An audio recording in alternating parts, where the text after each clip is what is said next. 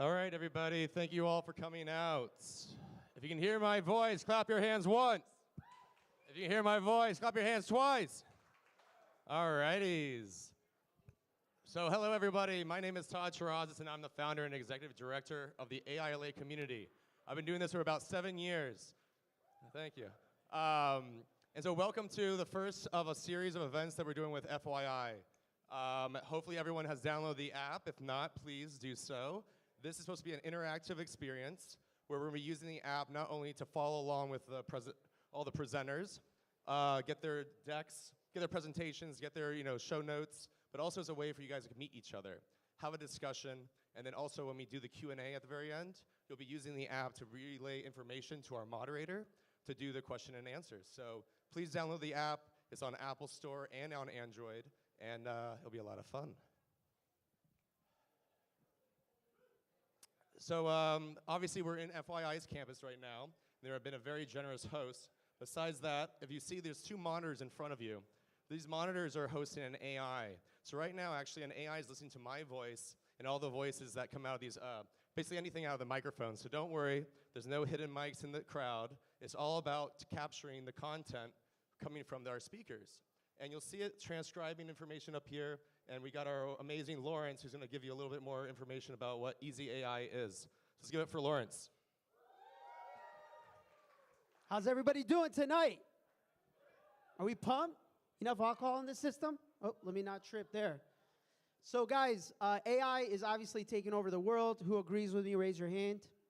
Yes.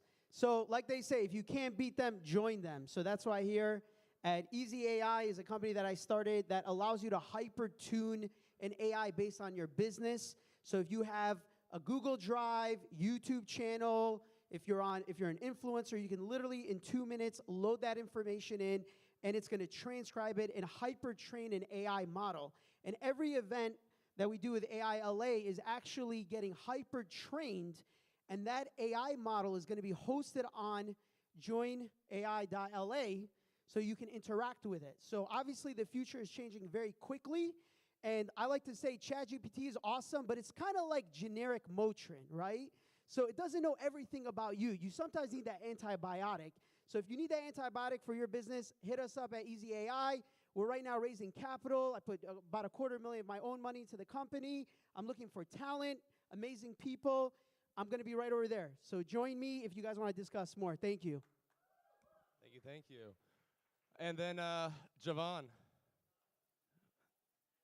One of our other amazing sponsors and partners is AE Studio. Right now, they're actually doing a full revamp of our website, and so we're very looking forward to when that website will launch very shortly. But here is Javon.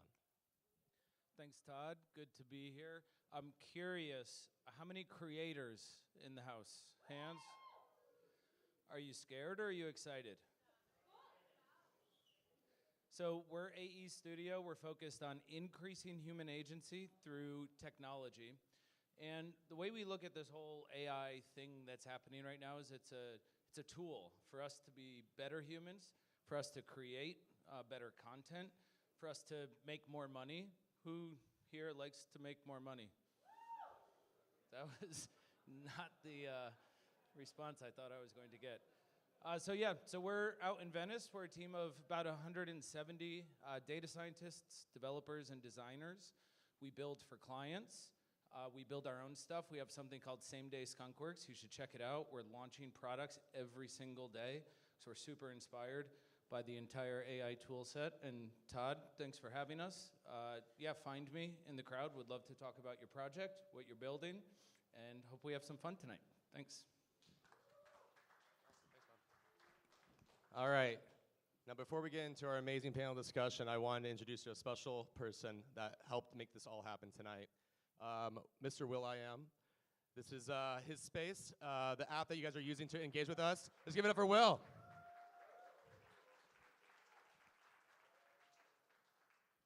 Will's going to kick it off for us, and then we're going to get into a panel. We're going to get into some lightning talks that will then go into a panel discussion. And so, my pleasure to introduce you to Mr. Will.I.Am. What's up, everybody? Thank you, Julie, Pilot, for pioneering this and championing us, working with this awesome group of folks on one of the most important subjects of our lives right now, this intersection that we're in with artificial intelligence, how it's going to transform how we create, how we collaborate, how we do everything from legal, finance, storytell, educate, tutor, mentor. We are in the beginning of a new renaissance. And as we go out there and adopt these tools, I just want to remind everybody what creativity is. Creativity is not just songs and storytelling. Creativity is solving problems, you know? And it's a big problem that's going to smack us in the face in this decade. The amount of jobs that are going to be obliterated, yesterday being undone. And as scary as that sounds, if you're a true creative, you run at that. You run at that to solve the problem of jobs being obliterated and create new jobs. You solve the problem with yesterday being undone and do tomorrow differently with these tools. Educating our nieces, our nephews, our daughters, our sons, the kids, the people that we care about, to get involved in algorithm writing, data training, model building. This is a brand new age. I started FYI back in 2020. We've been building the architecture of a Web 3.0 messenger with generative AI in the core. The version that's on the App Store now does not have the generative AI. We launched that in 2 weeks. We issue elliptical curve cryptography keys to every single user on the platform. If you remember during COVID, the importance of elliptical curve or encryption keys, that shouldn't just be for NFTs. That should be for your conversations and your digital assets. Everything. Your data is your identity, and it's a human right that it's protected and owned by you. And so in this new era, remember what we are supposed to do as creatives, and that is to solve problems and collaborate. And this tool, as awesome as it is, fingers crossed that the folks that are ushering in these regulations and governance around this transformational tool does it before shit gets batshit crazy. So let's have an awesome discussion. It's an awesome time. Thank you so much. Let's go.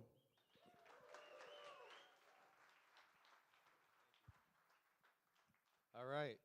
Now, first up, we're going to have X give a presentation. And so, presentation. A quick. Oh. Wow, first of all, I just want to say shout out to Will, shout out to Todd for putting this together, and shout out to every single person in this room who's here today to learn, to actively receive this future, and be an active shaper of it. Okay, so I have to not be antisocial. All right, hello everyone, my name is X, yes, just the letter. If it's hard for you to pronounce, that's not my problem. I work in artificial intelligence. I've been in this space for the last 4 or 5 years. I was previously at Microsoft, where I worked at the intersection of blockchain, artificial intelligence, and IoT, or the Internet of Things.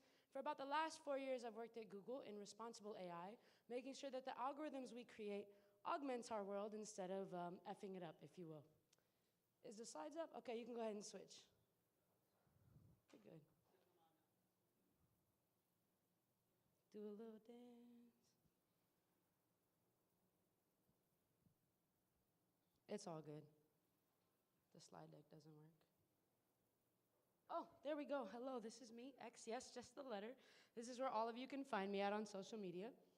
So my favorite thing that I built at Google since being there was not how we helped YouTube help creators, was not the work that I did across Google's search algorithms to make the image search results more diverse. It was the fact that I created Google's skin tone research team, which was intentionally about how do we make all of these computer vision algorithms actually see black and brown people. And the research team that we created in 2020 after George Floyd's death was successful in taking a step forward, not the final step, but a step forward in that research. We were able to turn that research on inside of Google Pixel. So if you ever saw the Super Bowl commercial or the big push that they did around real tone, we can see you now. Well, dang, that was an idea in my living room one day that became an active reality about a year later. So that's my favorite thing that I created at Google. We taught AI how to see black and brown people. So artificial intelligence, in the way that I think about it in non-technical terms, is teaching AI how to think and act like humans. So right now, when you have computer vision, that's teaching AI how to see the same way humans can see. When you have NLP, or natural language processing, so speech and hearing, your Siri, ChatGPT, that's another field. So what is this creative generative AI space? Well, that's all about imagination. Teaching machines how to imagine a new reality around us. And I think of that across 3 eyes. The first is to help you as a person generate new ideas. Sometimes as creative people, we be tired. You know what I mean? If I ain't ate, I get hangry. I'm not trying to think about what I need to generate or a good name. Or I have friends who are artists in different industries. I myself am a film producer. So it's like, man, I don't want to think about the next thing I have to generate. So AI can be an augmenter to the way in which you create ideas. AI can also be a augmenter for how you iterate on your ideas. So with Midjourney, maybe you have a design that you like, but you want to see it slightly different without having to iterate on it. You can do that. AI can also help you invent new things. So if there are problems, like Will said, that we don't know the solution to, it could be a thought partner in helping us move that forward. So I'm really excited today to be able to share my wisdom with you, to be able to learn from all of you as well. And I hope that together we can shape a future with this technology that is welcoming and safe for all of us. Thank you.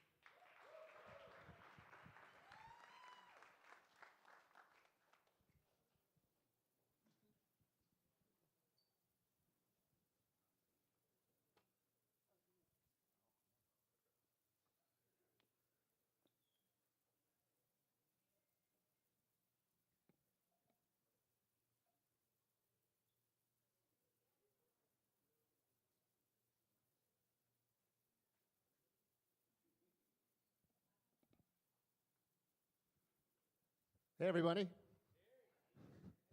Wow, I love this crowd. I also love this stage. This stage is like comically tall. I'm like, we're going to hit the ceiling. All right, thanks for having me here tonight. My name is Bei Yang. I spent most of my life teaching people how to pronounce my name, and now I spend most of my time convincing them that I'm not hitting on them. I spent 15 years of my career at Walt Disney Imagineering before moving on to Meta. And before moving on to Meta, I was the vice president of tech at Imagineering. So that's all of the theme park rides, that's all of the theme park robots. But actually, one of the things that I'm most proud of is actually this thing. Have anybody been on the Spider-Man ride at Disneyland? Yes? Okay, one person. But in that ride, you actually get to like sling webs out at this like virtual screen. That is actually the first instance in a Disney park that is run by AI, because we detect these things. And believe it or not, that idea started in 2008, but we couldn't do it at the time because machine learning and computer vision just wasn't there yet. More recently, Star Wars Land also launched, and one of the things I'm most proud of there is actually we made, it's often called as a Star Wars hotel. It's actually called the Galactic Star Cruiser. If you guys ever get a chance, go check it out. Who here knows what LARPing is? LARPing, live action role playing? Yeah, it's a little nerdy, but imagine that for Star Wars for like 3 days straight, and that is what the Galactic Star Cruiser is, but you have a virtual concierge droid in your room, and that is entirely also powered by AI, but it is not like Siri or Alexa. It's like, hey, go, fetch me some room service. This one actually is part of the storytelling. Like, are you part of the resistance? Are you a spy for the First Order? Well, actually, you get to interact with her and work with her. More recently, I moved over to Meta to join the Reality Labs group, where we work on bringing the metaverse into reality.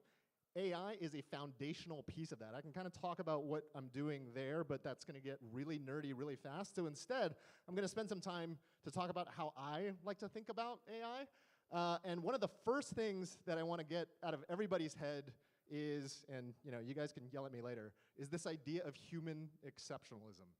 I know this is somewhat controversial, and this is going to be filled with sweeping generalizations, but right now, the entirety of the human brain, all of our experiences, all of our memories, all of our creativity is based on experiences that we have on the hardware that we have. And that hardware is made up of synapses and neurons. Neurons are just cells, and those synapses are the connections. And right now, it's a little bit hard to count, but it's estimated at around 60 to 600 trillion synapses in the human brain. Right now, a neural network is almost exactly the same thing. These little nodes are the neurons, these connections and edges are the synapses, and GPT-4, which is, if you get the pro version of ChatGPT, is running on GPT-4, right now has about a trillion parameters. Parameters is not the exact same thing as synapses, but it's a pretty even match. And right now, we're actually not that far away from it. Like, to get from 1 trillion to 60 trillion is probably just on the order of like half a decade, if not less. So in terms of just the hardware alone, we are getting really close to there. But the one thing that I want to kind of just really kind of talk about this is like, okay, what is AI right now? Basically, you set up a network. This is really simplified. You just set up a network, and you just show it a bunch of data, and then you like tell if it's right or not, and then you just keep rinsing and repeating, and that's like most of AI today in terms of deep neural networks. But actually now we also have AIs that train AI, so that's what adversarial neural networks are.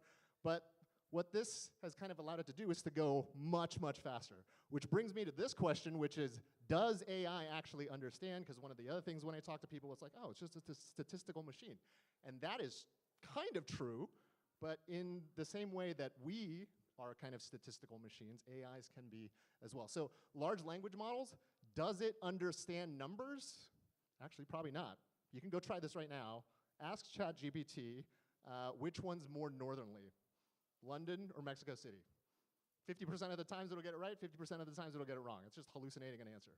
But if you ask it questions about grammar, about English, about language, it will nail that shit. In the same way, image generation just generates something plausible, right? Like, if you take a look at this image, I actually love this because it's like kind of a hand, but kind of like two hands is like kind of weird. It's plausible. It understands 2D images, but it does not understand what a hand is. It doesn't understand what a page or a finger is. However, here's another one. This is a brand new field of study called neural radiance fields, which is you show it a bunch of pictures of an object, you throw it into a neural network, and out comes basically you can basically say like, okay, I have these angles, now show it to me from this novel angle, and it'll just be like, yeah, here it is. This one understands 3D space. Now, the really interesting thing that will happen in the next couple of years that I'm actually very excited about and also somewhat terrified by is when these models combine. Because this one understands 3D space, this one understands 2D space, this one understands language, and when these things come together, they form something that's similar to what we do, which is we have representations of mental models in our minds, and they are going to connect, and we will eventually get to, and we are very, very close to something that I would define as general intelligence, which is just what the AI and the science fiction tends to be. So I'm both terrified and excited about that. So in the next decade, what does creativity mean? Does anybody know, just by show of hands, who knows where this is from? All right, we got some Disney fans in here, okay. Everybody heard the word centaurs here? Yeah? Centaurs? So this is actually what's used in the AI community today to say, okay, in the next decade, the most successful people are gonna be centaurs, which is human AI hybrids, in that the humans that are gonna be the most successful are the ones that's gonna be able to leverage and train AI. And then the other one is, the thing that I'm also very curious about is what happens is, like, does everybody know what an Ouroboros is? The snake eating itself? So if you think about the economy today, it is driven by us putting content out there, and that drives the economy. That drives the internet. get ad dollars, we get, you know, subscribers and all this stuff. Okay, AI is powered by that. And that means if AI is powered by that, and now everybody's asking the AI, and the content generators aren't generating anything anymore, what happens to the AI? So that's just the snake eating itself. So that call to action that will.i.am put out there for everybody in here, I cannot agree with that more. And it's up to us, it's up to all of us to make sure that that snake does not eat itself. Thank you very much.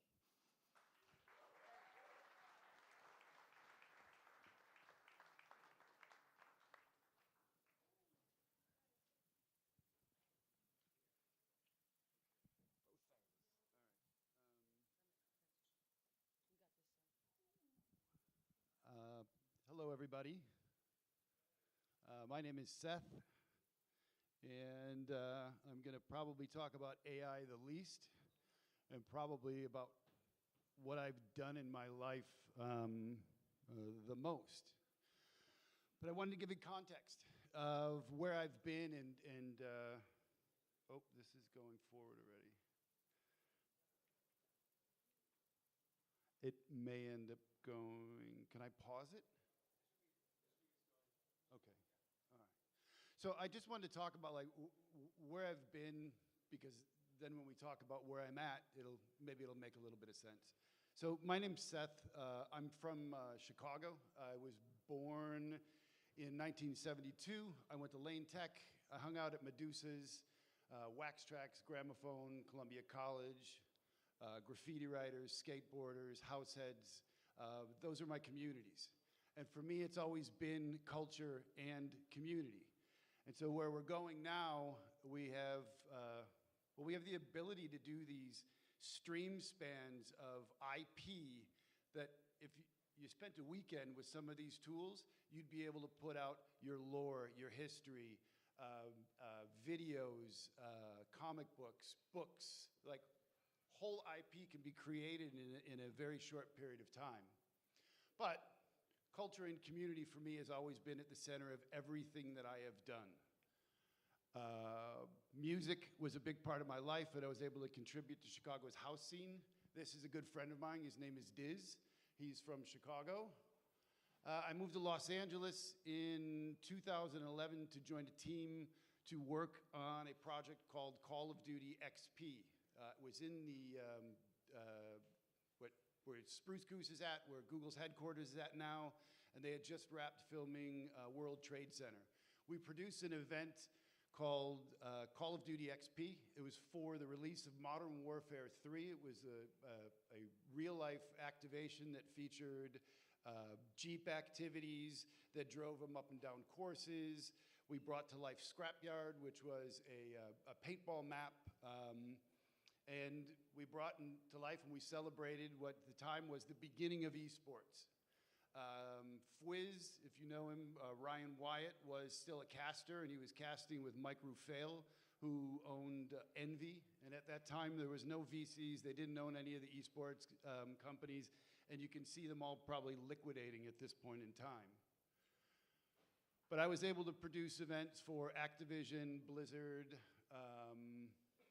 E3, I did 5 of those, did the original Call of Duty championships that were in Los Angeles at first, and then they went global, and I had a great time.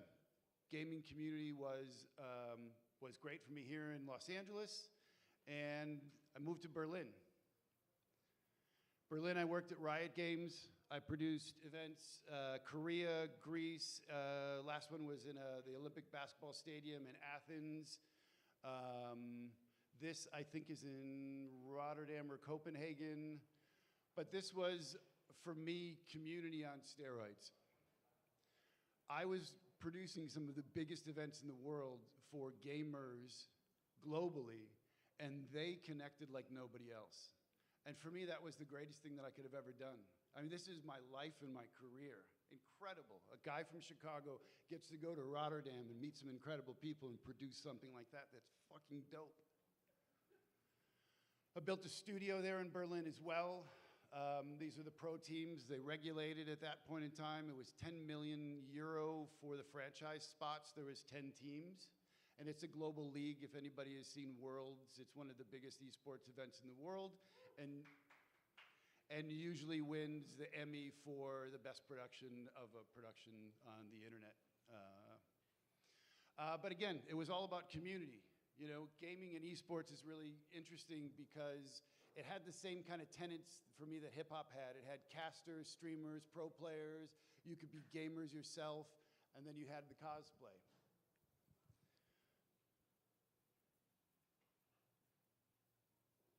And this is the studio, and this is Athens.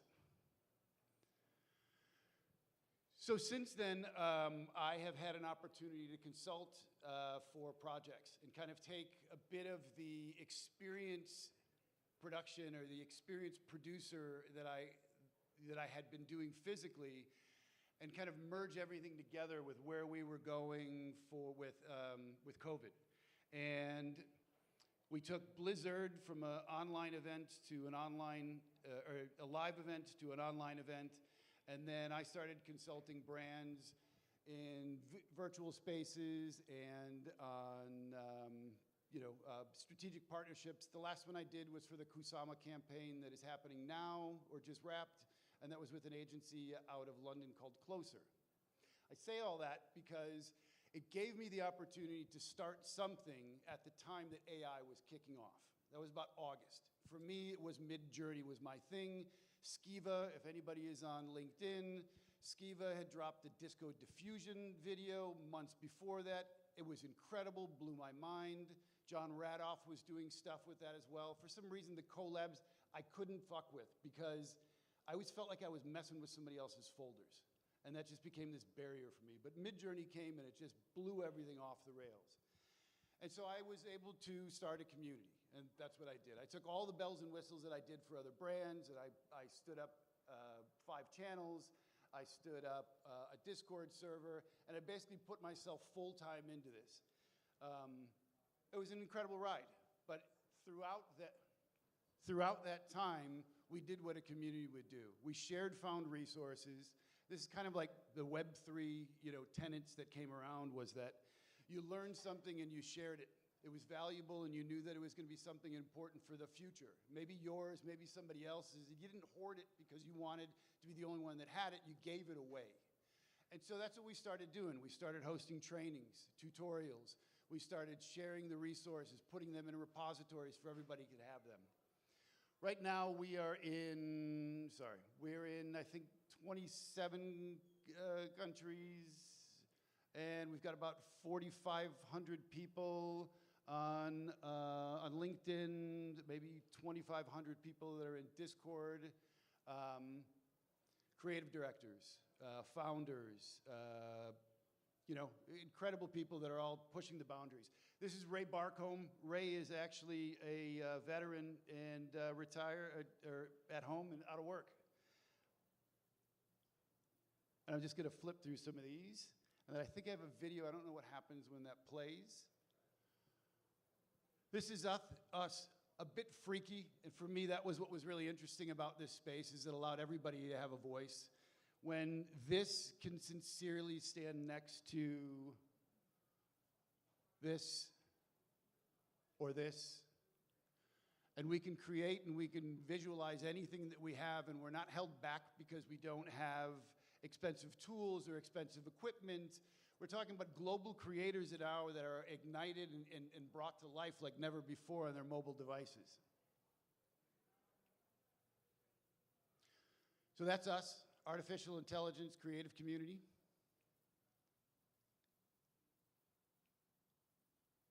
We did a campaign with Brave Bison out of London and the World Wildlife Federation. And then I think this wants to play if I press play, but I don't know how loud it's going to be. This is a Kyber video. If anybody's used Kyber, Kyber is an extraordinary tool. I took a song, you'll know the song, I put it in, I gave it a text prompt. The text prompt had something to do with trains, hip hop, 1990s, and then if this plays, it plays. It doesn't. Can you press play on that? It won't. Oh, that's too bad. Excellent. Take a look at the video. Thank you guys so much. I'm excited to be here.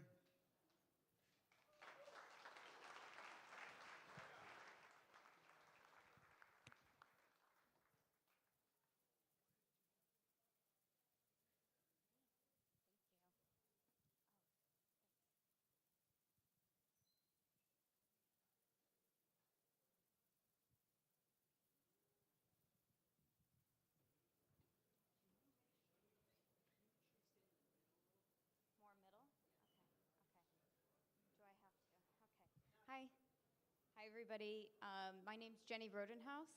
I'm professor at Art Center College of Design in Pasadena, California. I don't know if we have any alumni here. Or I know I saw some students, too, are here. And I also direct the Immersion Lab at Art Center College of Design.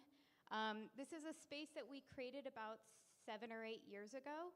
And its main purpose was to give access to all students, equal access to emerging technologies. And I think we can all acknowledge prototyping or learning emerging tech doesn't come cheap.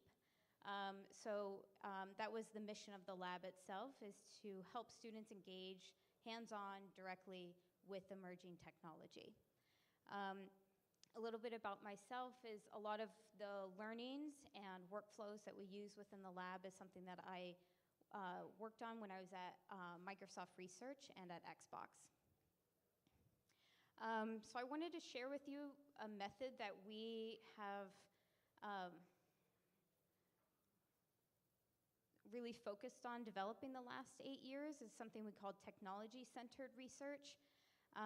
Where as artists and designers, our mediums are really important. I'm sure all of you can acknowledge that. So typically and historically, we often think about like working in the wood shop, or if you want to build something in metal, you need to know what it can and cannot do.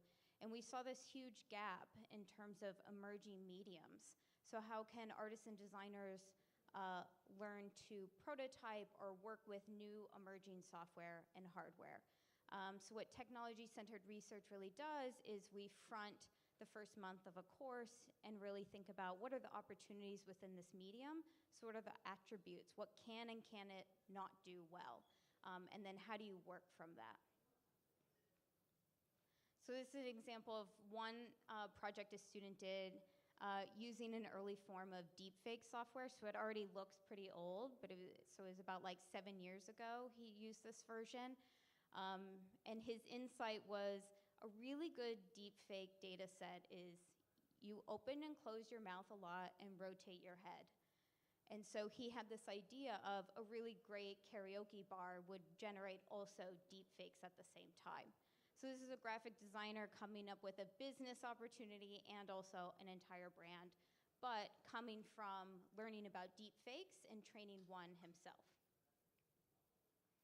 And something that I really like to talk about with students when they're first learning about what is artificial intelligence and machine learning is just how does it see, or how are we programming a perception?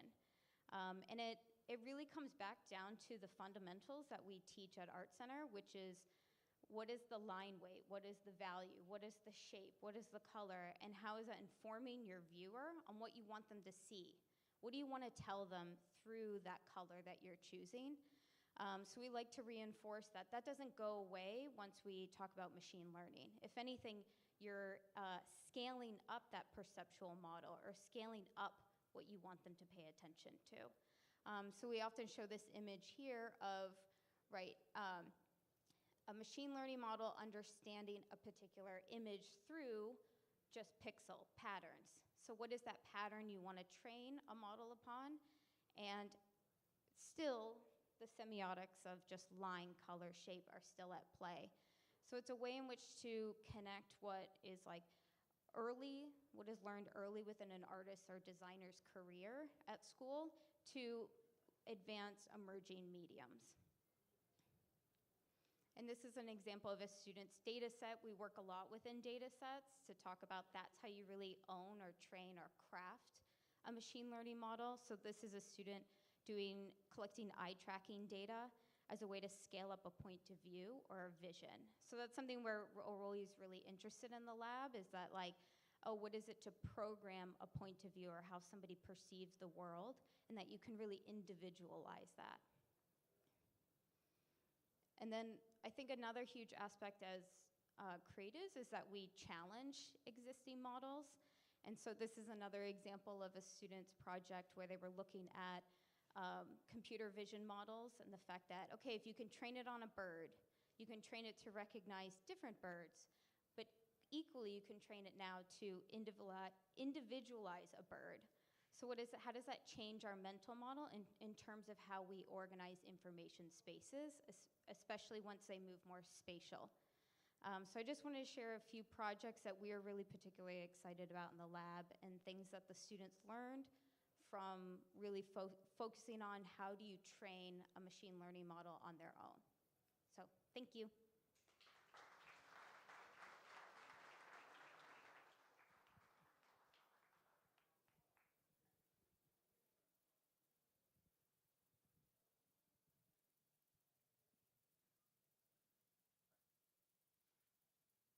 All right, next up is our panel discussion with Rachel Joy Victor as our moderator. Great. No worries.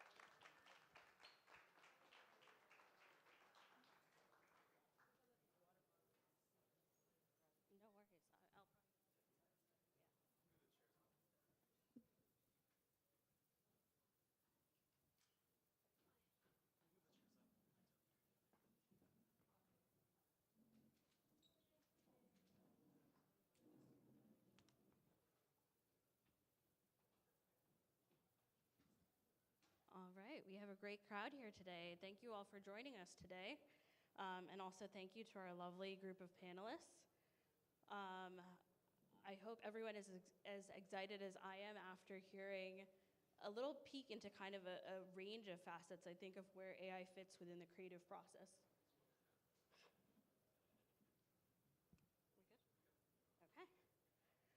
So for a little bit of background on me, I'm Rachel Joy Victor. I work as a strategist, designer, and world builder. My background is in computational neuroscience and spatial economics, so that's informed the process with which I think about data and world building and building worlds at the center of responsive experiences. So I recently came back from NAB. We were talking about world building, we were talking about worlds at the center, but there was a really interesting point made in one of the panels where we were talking about virtual production and this idea of, having a world-centric approach to creating content. And someone made a really good point. They said, with virtual production, we're no longer capturing images, we're capturing data, which is a whole new way, of thinking about the production model, of thinking about the creative process, because you're capturing this set of information. You can change the parameters of that set of information at different points of the process. And I think it's kind of an interesting snapshot. That's one specific industry, that's one specific creative process, but I think it's linked to a little bit of what we've heard today so far, this idea that the creative process, the creative pipeline is changing a little bit in terms of how we work with and alongside AI. So I'm curious, as like a starting point maybe for us to start this discussion, what are some differences you've seen in AI being this tool now in the creative process? Or Jenny, you talked about AI being maybe the medium of creation. What has evolved now in the processes that you've seen working with AI?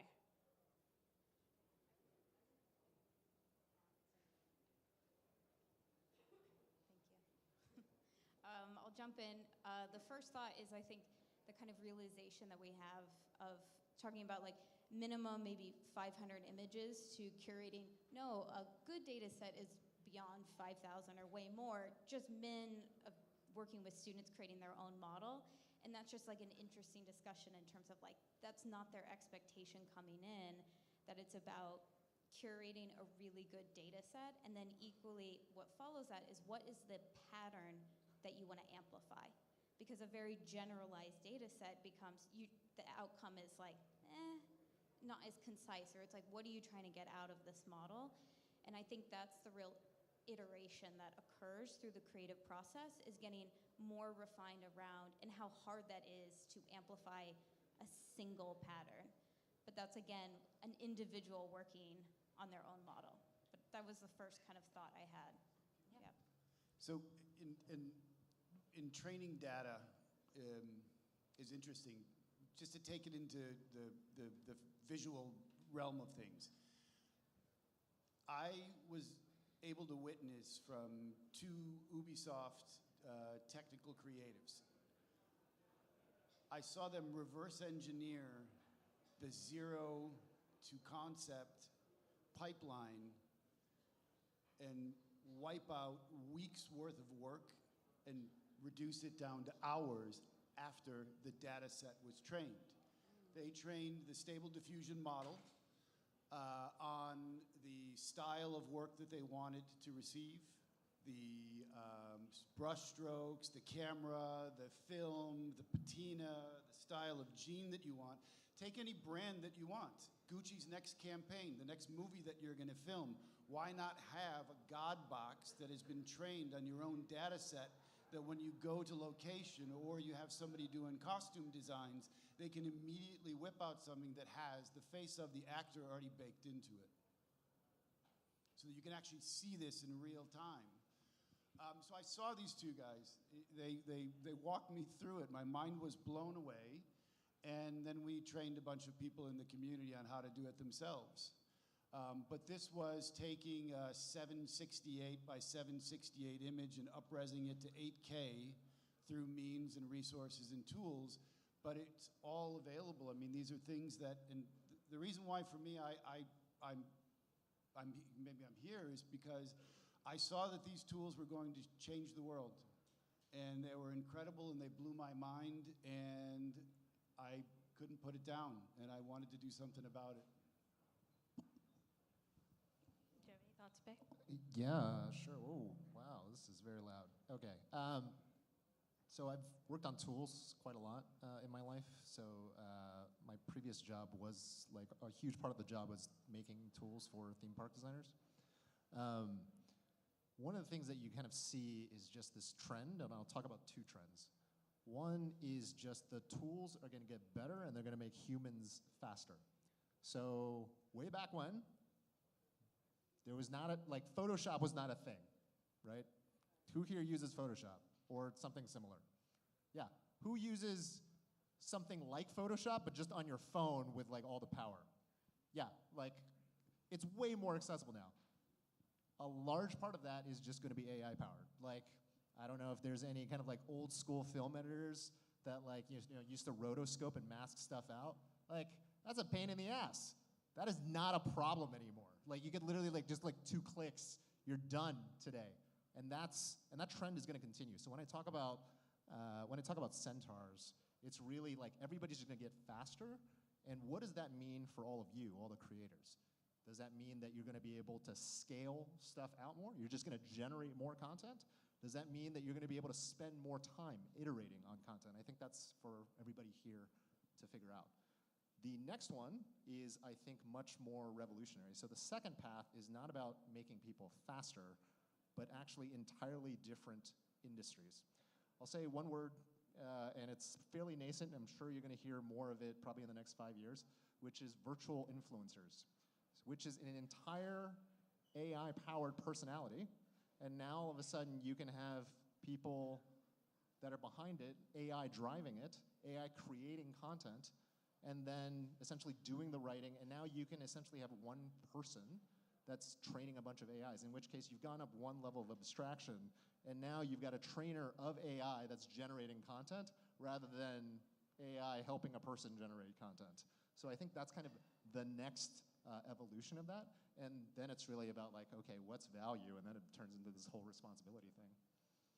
Oh, the responsibility of it. That's what the question is. This idea of virtual influencers or even like virtual assistants that are powered by AI falls into a category called DHAS. So if you've ever heard of SaaS, software as a service, DHAS is digital humans as a service. And you're laughing, but it's what they're calling it. How can we create fake people and sell them? And I'm like, damn, the last time we did this with real people, it didn't work. What haven't we learned? Right? But when we think about the way in which these workflows have changed, I think To, Ben's point, technology has always augmented the way we work. Before there was a tractor, the way we would plow fields was very different. Before there was a car, the way that we would travel from place A to place B was very different. I think the thing that we really need to think about as creatives in different ways, whether the way that you create is your own art, an expression of yourself, whether the way that you create is those project files and plans for your job, that where we are right now is at an accelerated pace that we have not seen technology move ever before. And it's very easy to move in a fear-based space. Well, if there's digital influencers, what am I gonna do as an actual human influencer? Do I need a model? Do I need an NFT? What am I supposed to do? Versus, do we want digital influencers? Do we want people who do not look like me creating avatars that look like me? Is that the reality we want to live in? Should there be a limit? And then if they take my images and make a digital avatar, should I be paid for it? How so? Because that's what we're running into with a lot of these creative algorithms. They were trained on art that was gathered from the public. And so to bring this into a more positive note, this is the moment in time where we get to say, I am not going to be a victim of this change that's coming technologically, but I'm intentionally going to be a shaper of it. A lot of us probably saw that Drake AI song with The Weeknd that went viral, that I still slap every day. It was really good. And what did that do? That forced a conversation in the industry. When art is created based on somebody else's influence from a human. So let's say I just listen to a bunch of Drake songs and I try to rap like Drake. No one's gonna come for me for copyright claims about Drake's music, right? But then when we make an AI that literally sounds like him, it's a problem.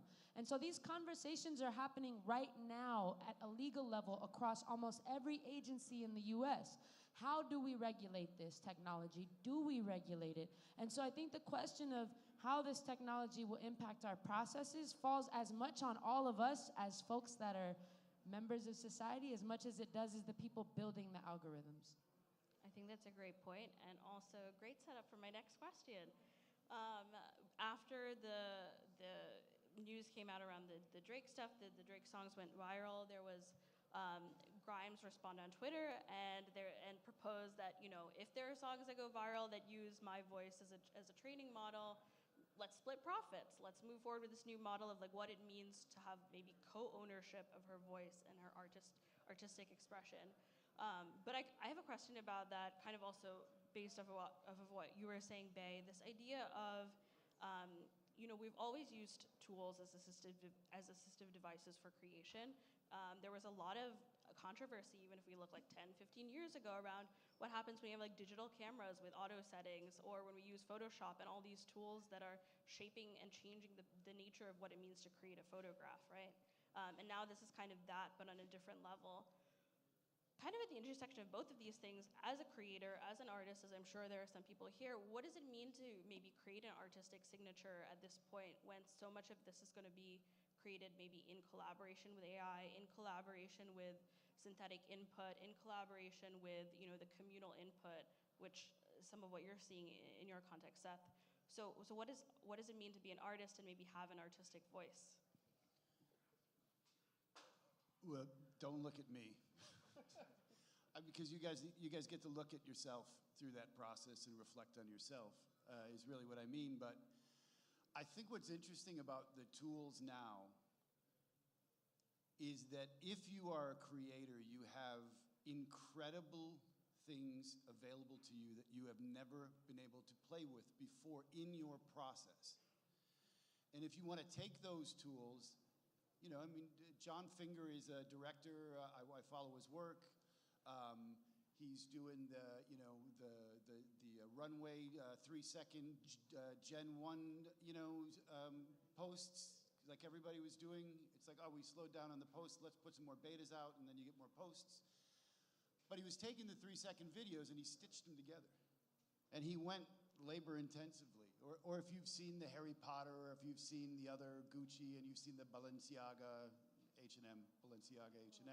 But if you've seen those ones where they've done it with the AI, somebody is taking their time deliberately, wants to accomplish a thing. And so they have to go through the process to get to the end result. And sometimes that's labor intensive, tedious. And so it really is about the individual and how they want to take the tools that are available. Yes, they're fast, but you can also slow down time, and you can create remarkable stuff with tools that we have today. We didn't have them today. We were using, collages and stuff. But now you can do stuff that's different. So I don't know. It's incredible what people are going to be able to decide to do with them. This is a topic I think about a lot. Like, there's not a lot of things that keep me up at night. This is actually one of them, which is like, what is technology bringing just from an economy? Look, there's a call to action here. There's a bunch of creators here. There's a bunch of creatives here. There's probably creative managers here. All of us are within a specific system. That system is how we think of society today, how we think of capitalism today. That is going to drive AI. That is going to drive AI exploration. That is going to drive AI advancement. The attribution problem and the kind of legal bounds and the rules are going to be slower than how fast technology can move. And certainly the desire for humanity and capitalism driving humanity to change that. That very key part actually does keep me up at night. Because, like, as I said before, in terms of just getting to 600 trillion neurons, like, that's really close. That's really close. And when you get to that point, how do we make a world in which the value of art is still there? We're in LA. LA is the city that is built on the commercialization and the capitalization of creative and art. We have put value into it. But intrinsically, like, what is actually art? It's really a person connecting with another person or a group of people. And to me, that's the thing that we always kind of have to come back to, which is that value is actually about human connection. And that is actually one thing that, frankly, AI is never going to get to. Now, that's not to say that it won't make money and people will find connection there and all the stuff that we're talking about with digital humans isn't going to be a thing. But I think the kind of North Star that everybody has to focus on is like, how do we maintain that human connection where there's still that value and then people can still survive, right? And that is going to require a fairly massive shift in the way that we think about work, in the way that we think about productivity, in the way that we think about our reward system. And I'm not going to, paint a picture of sunshine and rainbows. This is going to be hard. It's like really effing hard. I don't have a perfect solution for it, but I will say that like these conversations help because that allows you to think about it. And none of these things, I can tell you this right now, none of these things is going to change by companies alone. Like, there has to be at some point rules and regulations put onto these things, which nobody likes to. That gets into a very boring topic very quickly, but like that has to be done at some point, and that's a thing that I think like we're going to need more of in the future.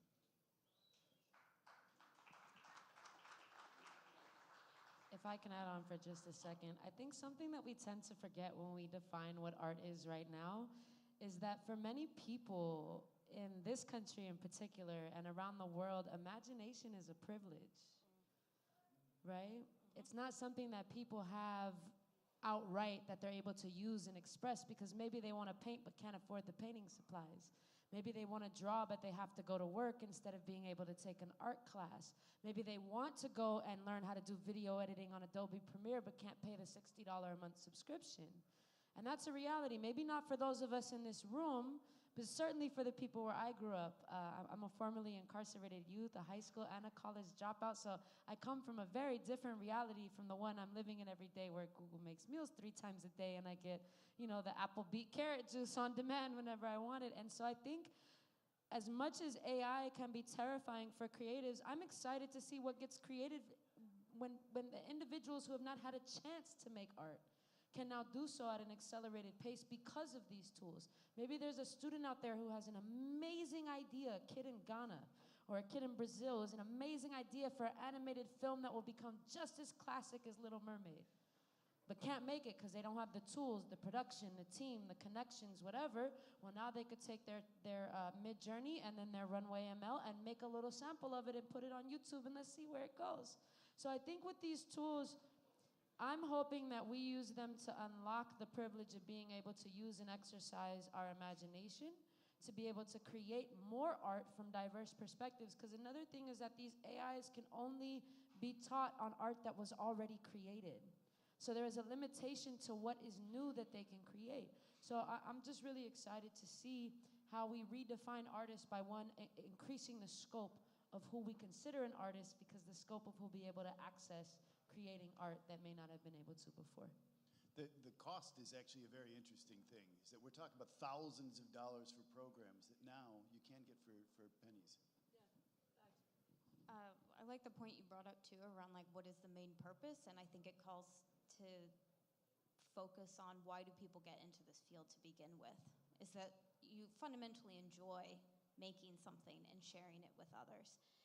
This tool does help you scale that up, and I think that's a huge benefit. But I don't think that the act of making will go away, because that's like, I think about the parts that I would offset and then the parts of my work I don't. I'm like, well, I'm not gonna offset that component because that's what I enjoy during my day, and that's not gonna disappear, I don't think, for any of us. Yeah, I think Jenny and X, you both touched on this a little bit, but this idea of, are there pieces of the creative process that are different that we achieve as humans, that are embodied, that have sensation, that interact with the physical world potentially? And I feel like you're gonna definitely have thoughts on this. Coming from the neuroscience perspective, I think, for me, I feel like there are things that are different between where artificial intelligence is now and the way it synthesizes input versus the way we process input in a very sensory forward way. But there is becoming more of a convergence in terms of AI has the ability to synthesize a great deal of input that we can't quite process. But are you noticing kind of differences in terms of the way you think creatively with AI as a tool that's giving you kind of coming alongside the process, providing the synthesis, versus when you're creating and maybe able to bring divergent thoughts together, which is a little bit more divergent versus the convergence of AI? I'll say maybe a controversial thing here, which is that, I already talked about human exceptionalism. AI is being creative, like in the definition of the word. It's using a different mechanism, but I would argue, just like we have a collection of experiences and education that allow us to be creative, that allow us to synthesize and make novel things, that we have kind of these like bolts of inspiration, some of us, in which it feels like something is coming on high and it's coming out. AI has very similar mechanisms, right? Like, and this whole thing of attribution, I actually also asked, is like, does that mean that like I have to go attribute my art teachers for all of the art I generate? Which, by the way, I think we should, by the way. But like, that's like a real thing. But one thing I want to say about kind of like AI and experiencing it right now, AI isn't going to have a human experience, because it's just not. Like, we can show it different things that are representations of human experiences, but it's not. And we can also go down like the Terminator sci-fi route where there's robots. By the way, I've worked in robotics. We are very far away from that. We're not going to get into a Terminator thing anytime soon. Just like physics is really hard. Wait, they were just training those dogs from Boston Boston Robotics Dynamics. with Yeah. ChatGPT? Yeah. No. I've seen Black They got Mirror. those robots doing parkour. I don't know how far away You we can are. do it, but those robots are real delicate. Like, you would Those not believe. things weigh 4,000 pounds. Yeah. But they only, like, their duty cycle's not that great. All right. But they're coming for us. They're not coming. They're already here. They're already here. Yeah. But just that, like, our feeling is about connecting to each other. Like, that's kind of what I said before about the kind of the value of art. So I think that's going to be a differentiator in a lot of this, and it will continue to be. And hopefully, whether or not we kind of bridge that gap at some point, like, that's going to be kind of one of the high watermarks for AI in the coming probably multiple decades. I think what's interesting is that, so when AI came into the mix for me, it was on the back end of Web3. And and then the dumpster fires started happening with all the shenanigans and stuff. But what's remarkable for me about Web3 was the new technology that was introduced into like ownership for a user, and then this proposition that brands and then the end user were going to have more of a dialogue and conversation, and it was going to be more personal. And you might see that now with what Artifact is doing with Nike, but when AI came into the mix, I was consulting on a project for a beauty brand that wanted to do digital representation, so avatars, so how you show up, how you decide to show up is for me what's really interesting about avatars. I got more business with a I like you, you're weird PFP as my JPEG on LinkedIn than I did with my photo like this. And then that's just an AI generated one. But when I was consulting on this project, it had to do with crafting and collecting. So you're collecting digital tokens. You know, Amazon is going to go ham with NFTs very soon, and it's going to be so ubiquitous that if you watch every one of their episodes, you're going to get these digital tokens, which is more interesting than the alpha stuff that played out where if you didn't have the super rich collections, then you didn't do so good in NFTs. But when AI came into the mix, it added the user-generated content piece that I needed to unlock what was happening with Web3. Blender, super cool, it's going to be used. It's being used now to take PFPs, to rig them, to bring them to life, to bring them into Hype Fury or Webiverse. And so it gave this ability for a user to really be able to touch and create something themselves. It wasn't able to do that before. But now you've got this great convergence. XR, Unreal Engine, in-camera VFX, movie industry has changed the whole thing. AR is coming online. And we are all about to have experiences, again, like we have never seen before with AI and Web3 and blockchain technology. And as we're talking about these digital to physical experiences, that's going to become the new, that's the piece. And so all of these things are going to be connected, and they're just going to blow this whole thing that we have going on away. I mean, you're bringing up AR, so I'm instantly thinking of computer vision in terms of, I think, reading more opportunities around that it can show us a point of view that we're not capable of physically. And I think that's where I remember HoloLens years ago came out with, like, it can view somebody's heartbeat and just determine based on like subtle pixel changes. And I think that's a huge opportunity where it is kind of pushing back and help influencing what we now have viewed or observed, and now that we could share that even further. So I think that's a huge opportunity of like connecting AR within this space. I think you started talking about this stuff, this convergence of AI with other creative fields that we're starting to see. And Bay, you talked about the Ouroboros, this idea of the models feeding the models and kind of the cyclical act of creation. Some of those are more negative and some of those are more positive. What are the things that moving forward in the next 5 to 10 years are exciting you about where this space is going to evolve? And before we get to answering those questions, if you all have questions, there's the FYI app. Download it. If you ask your questions within the discussion section, I can see it and I can ask it after the panelists answer this question. Can you repeat the question? Sorry, 5 to 10 years, what's most exciting? I think two things that are most exciting for me is, what does the world look like when everyone gets a more equal chance to participate in shaping it day to day? When you might not necessarily need an MBA from Harvard to create really good quality financial analysis or financial projections, who will get to play a role in creating the businesses that we see? Something else that really excites me, because there's such a huge, huge opportunity to move this space forward, is the data sets that we create and how we collectively decide how our data gets used. A good friend of mine, Dr. Alex Hanna, who used to be a researcher at Google Research, she's the first social science research scientist there. She wrote a paper that showed that for all these major models that everyone's using, The data sets for those models come from 12 institutions around the world. 12. There's a lot more universities and a lot more perspectives and a lot more groups of people outside of the US, Canada, and Europe who can create and participate in shaping the way that these models are played out in our society, and right now that's just not happening.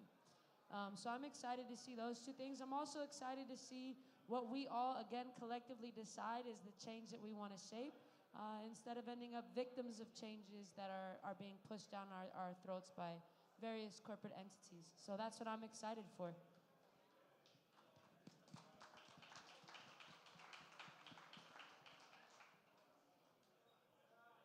Look, this is probably too optimistic. I'm excited for like a 4-day work week and possibly even less because like just productivity's gone up. But you know, that's gonna require a lot of like pushing. But like, you know, more free time. It's kind of great. I think the accessibility thing is huge in terms of education, but not only intellectual education, but specifically emotional education. So one of my, like, Mr. Rogers, anybody a fan of Mr. Rogers? Yes, yes. Like, Mr. Rogers is awesome, but it's a show. What if I can have personalized emotional education for kids? That's actually, like, not that far away. Yes, it can be a little scary if it's done poorly. However, like, therapy is a thing, especially at a young age, that actually can be scaled out so that it's more accessible, so that it doesn't have this cost barrier, and we can actually just have like a society of like healthier people. And that education of both intellectual and emotional education is something that really what we're after is like scale, and that's something that technology is actually like really good at doing. So for me, it's actually like pushing humanity so that there's more access. I do want to emphasize the future of education. I mean, I'm seeing the direct impact in the classroom with, I teach Unity quite a bit, and just being able to have students converse with ChatGPT while I'm busy maybe working with another student, and they're learning from the conversation. But it's not saying it's eliminating my class whatsoever, because it's actually reinforcing the terminology that we've introduced and the foundations there. Whether it's Unity or the foundations of how to draw, you still need to understand that language and also consider, what are you trying to do with this? What do you want to do with the tool? And that kind of goal just becomes more intensified through the use of any of these chat or automation like tools that we're discussing. Accessible, personalized education is actually a lot closer than I think we talk about. It's really close. I'm looking forward. I mean, it's not 5 years. It's Tuesday. There's a couple of other technologies that are going to be dropped. I think Thursday there's a couple of big announcements. I have no idea what, but you guys let me know when it hits your feed. I'm looking forward to when these tools that are available now, as they start to become a part of the creative process, because we talked about them. They are tools, and we are now just able to discover them, or a section of people are, because others have had these tools available to them. But we're going to start seeing media created in new ways, shown in new ways, presented in new ways, experienced, touched, and then interacted with in new ways. And that's going to be across everything, across your ownership, your brand experiences.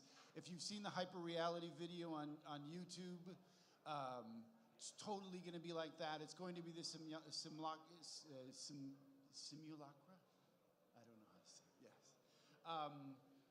And it's going to be incredible until you want to turn it off and go take a walk. But while we're here, let's touch the tools that are shaping our future and find out what we can do with them.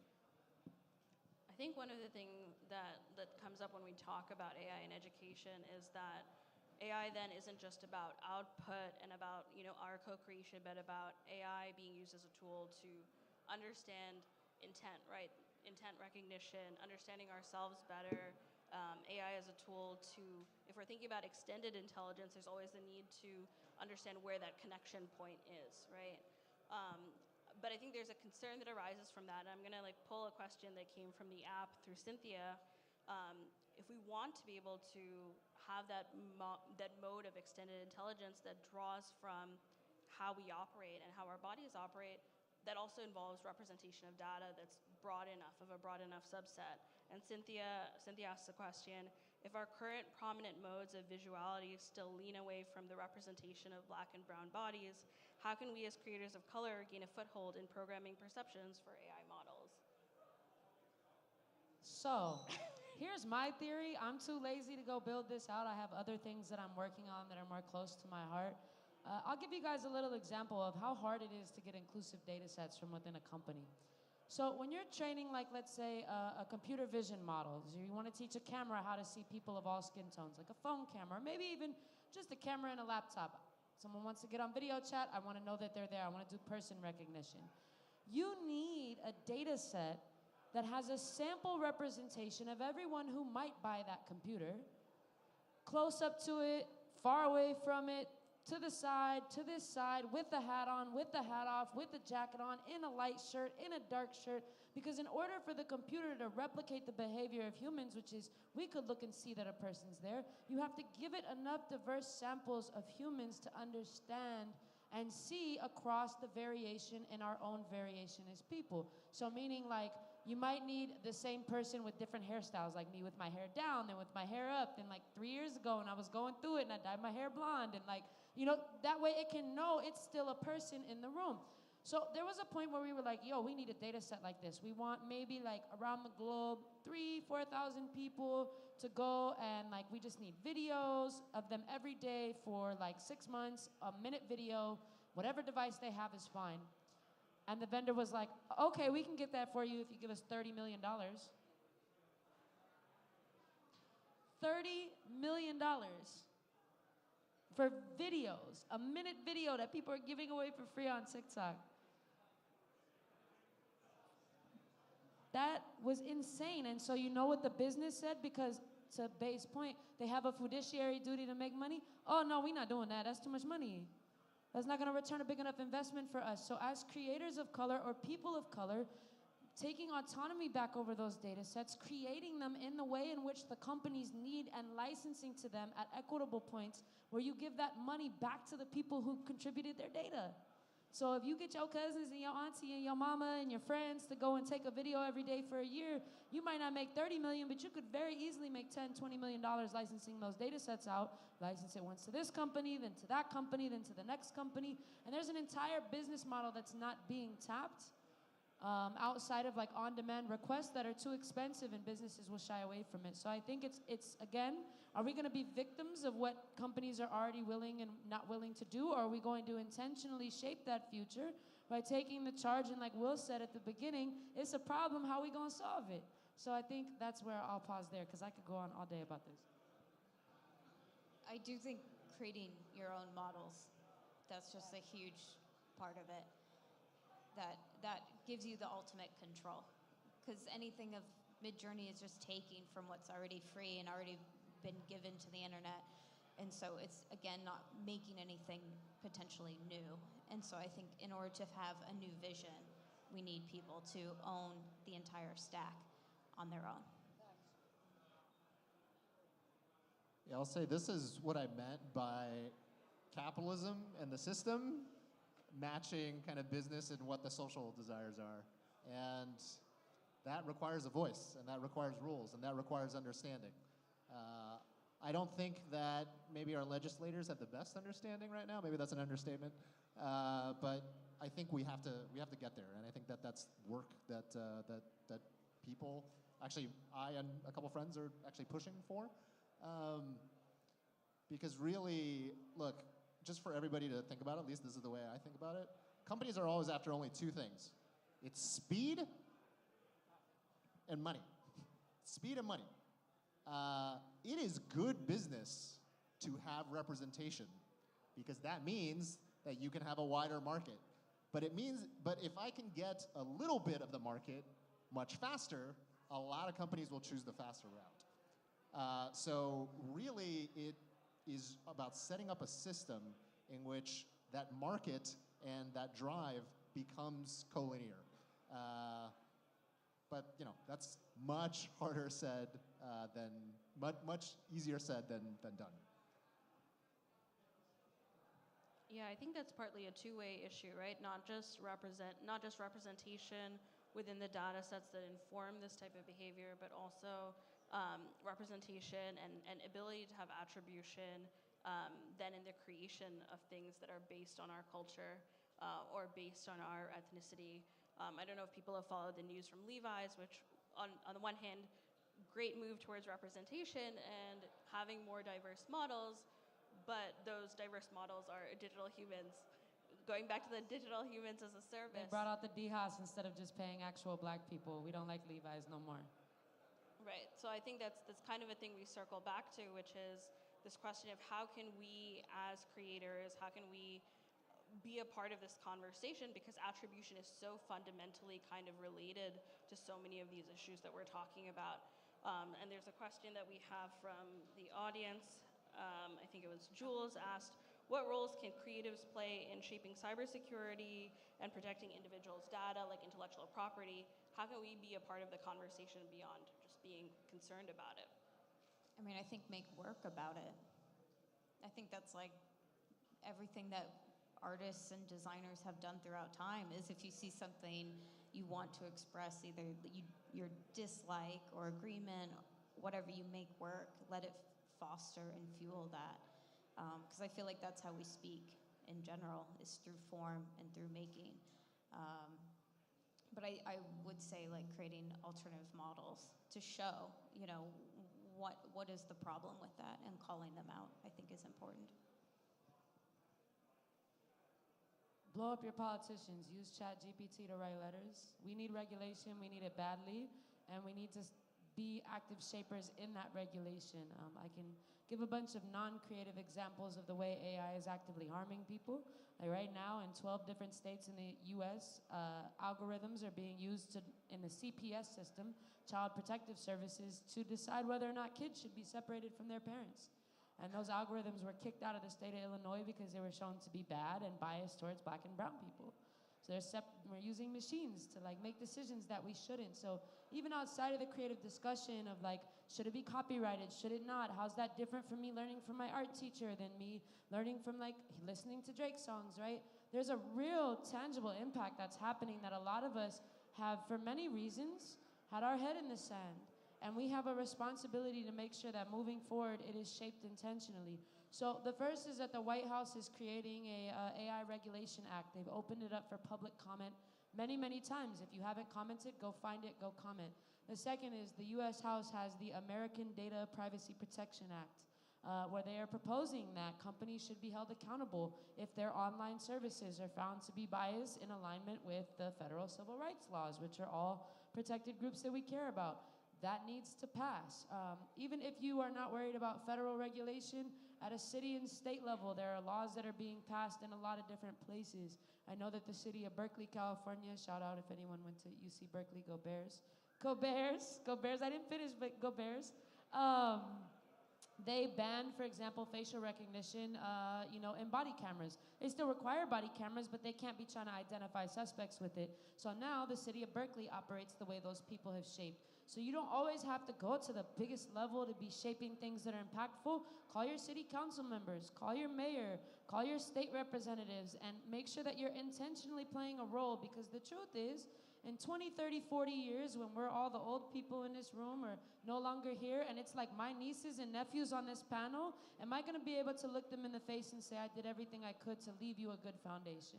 Or am I gonna say, well, I would've commented, but I was too busy on TikTok scrolling to go and send in my comment to the FCC or to the White House, right? So these things are not massive amounts of your time, they just have to be intentional. So I implore everyone in the room to take a more active role in the conversations that are already happening, even if you're not aware, and to make yourself, your information flow be so that you can be aware, so you don't have to wait till you come to another AI.LA panel to figure out what's going on, although you all should come back still.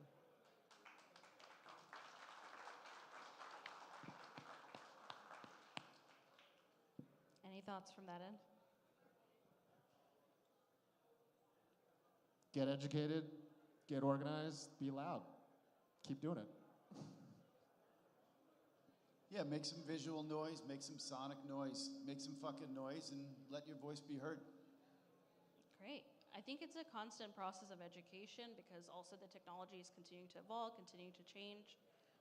There's a project out of U Chicago that was done with collaboration with artists and researchers to develop basically a layer for images that artists uploaded online so that it couldn't really be fed into training algorithms without messing up the image and what actually kind of came out of the output. And something interesting, if you go and check out the project, they acknowledge, hey, this is going to be effective for like maybe a couple of weeks, right? This isn't necessarily going to be a permanent solution.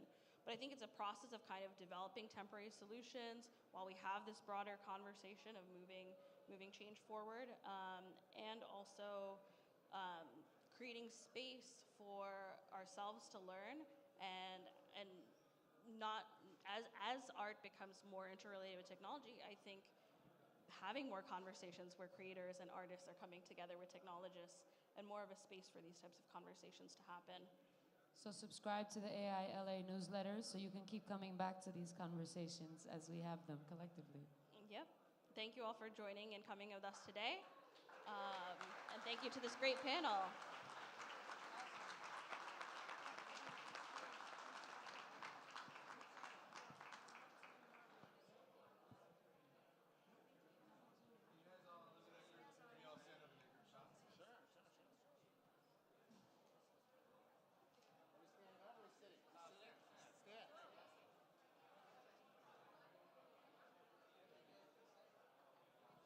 All right, everybody, we can hang out, network, get some more tacos outside. We're going to get kicked out by 10 o'clock, so you got like an hour and a half to do your thing. Thank you.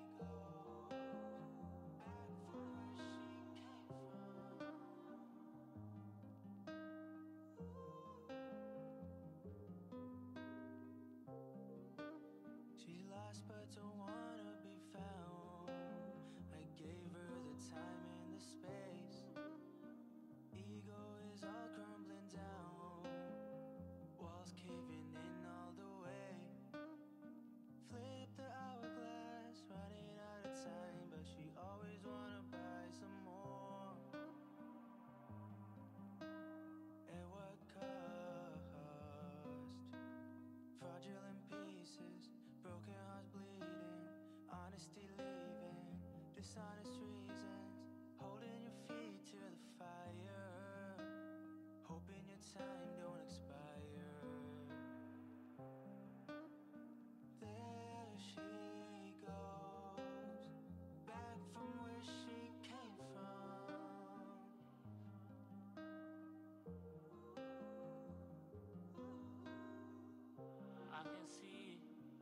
I can see it in your eyes. Do you mean it?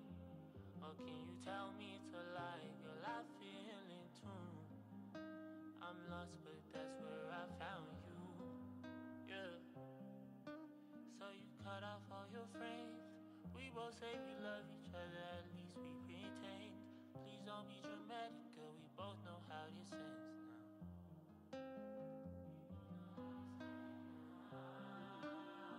Flip the hourglass, running out of time, but she always wanna find some more.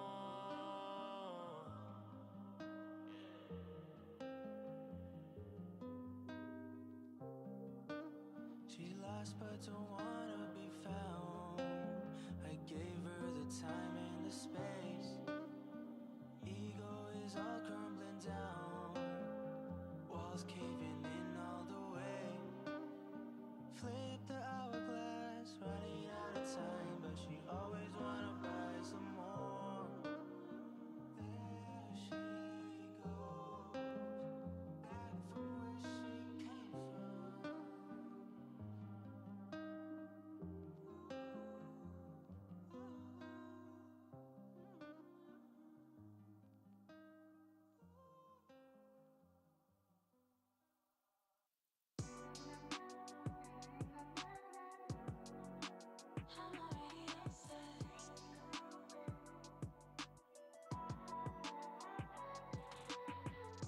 You know I don't wait for no one. Boy, you got me thinking different. When you do it in slow motion, you know I can feel the difference. I know it's not a weekend, but maybe you can break the rules for me. I'm all in the deep end. Hit me and I'm there like 5, 4, 3. Told me you were on the way, and I can't wait.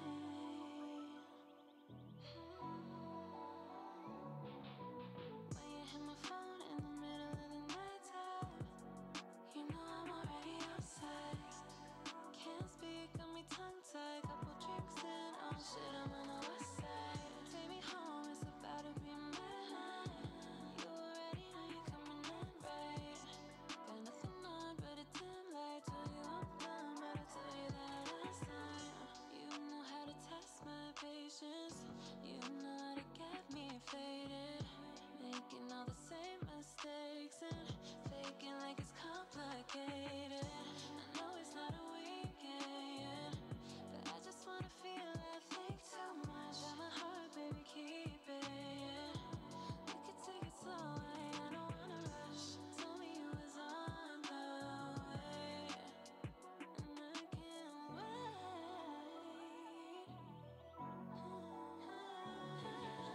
When you hit my phone in the middle of the nighttime, you know I'm already outside. I can't speak, got me tongue-tied. Couple drinks in, oh shit, I'm on the west side. Take me home, it's about to be midnight. You already know you're coming in right. Got nothing on but a dim light. Tell you one time, but I told you that last time.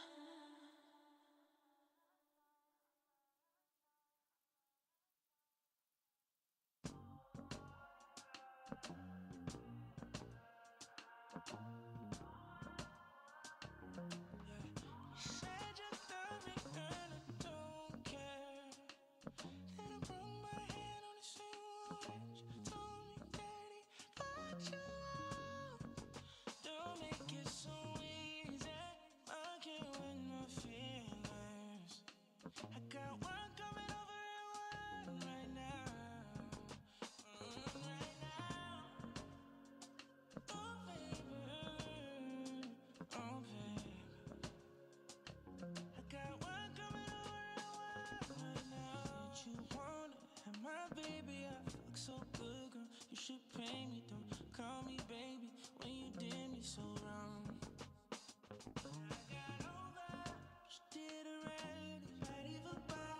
so petty, girl. How many of your friends can fit in my room? Got you a new face. Said I dropped the bag, girl. Maybe one ain't enough. Said you thought me, girl, I don't care. Said I broke my hand on the same watch. Told me that he got you out. Don't make it so easy. Fucking with my feelings. Got one coming over and one right now. Right now. Ooh, baby. Come on over. Yeah, yeah. Come right over. Come right over. One coming over and one right now.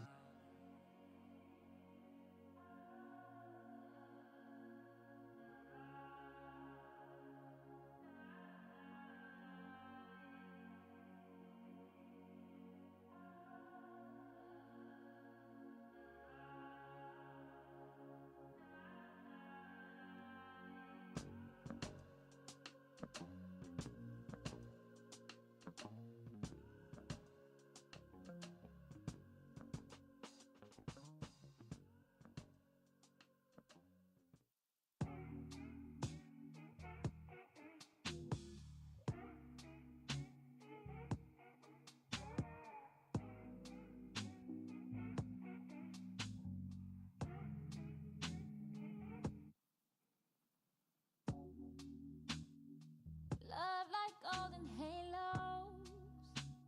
I feel it when we stay close now. You hold me when I let go now.